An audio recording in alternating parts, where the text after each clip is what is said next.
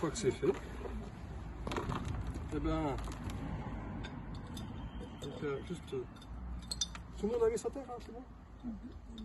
Juste en prendre un petit peu. C'est pas exemple. Dans la... Mais non, et puis que chacun, même ceux qui n'ont pas ramené de terre, vous en prenez un petit peu. Et qu'est-ce qu'on en fait de ça? On remet, voilà, auprès du vieil arbre, à un endroit où l'arbre va nourrir tout ça. Se développe ce qui est nourri. Et plus l'arbre est vieux, plus il donne de sa sève pour faire vivre ce qui est autour. Donc les très vieux arbres, ils vont quelquefois donner 40-50% de la sève pour nourrir le monde. Là, un vieillard, il va donner beaucoup de sa sève pour nourrir le monde. Et donc, juste de remettre ça au pied du vieillard, à la maison, j'ai même matérialisé un endroit avec une espèce de pot qui avait plus de fond.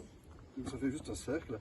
Et je remets tout au même endroit, je remue un petit peu, je remélange, je mets des feuilles mortes par-dessus. Et puis, à chaque fois que je me déplace, quand je vais rentrer demain soir, peut-être que demain soir on trouverait tard, mais dimanche, j'irai remettre ça au pied de mon arbre. Et toute cette vie, c'est pour moi un peu l'espoir que quelque chose vienne nous rejoindre. Et avec certains, on discutait à midi, mais est-ce que ça ne va pas nous apporter la pécole?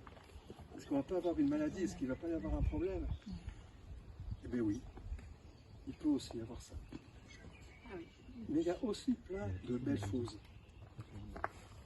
Et ce geste, il y a quelque chose d'un peu symbolique, on dirait ridicule, tellement que c'est petit. Mais pour moi, il indique ce renversement, qu'à un moment donné, je m'abandonne à faire confiance à la nature. Je m'abandonne à croire qu'elle peut venir m'aider, que même si dans la nature il y a plein de choses que je ne comprends pas, qui disent la mort, qui disent la souffrance, qui disent la maladie, qu'il y a aussi plein de choses qui disent la vie, la beauté, l'amour, la joie. Et que j'espère que de tout cela, un autre monde arrivera. Et depuis que je suis là, en Pays Basque, ce que je ramène beaucoup, c'est beaucoup de joie. De vous avoir rencontré, de voir vos yeux un peu briller, de voir la bonne humeur, de voir comme on mange bien. Et que c'est un petit peu de tout ce paysage-là qui va venir avec moi, rejoindre et nourrir mon propre paysage de tous ces beaux moments que j'ai partagés.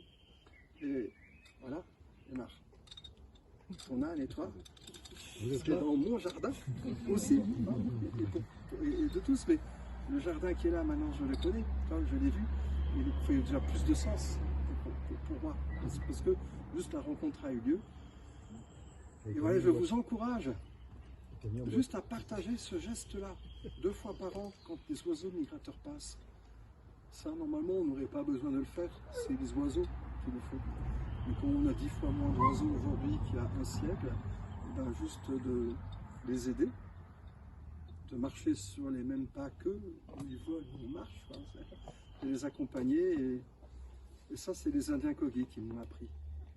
Que ce qui est important, c'est de prendre le temps de marcher sur les mêmes pas que ceux de la nature, côte à côte. Et qu'en marchant côte à côte, on apprend à mieux se connaître, à mieux s'apprécier et peut-être à mieux s'aimer.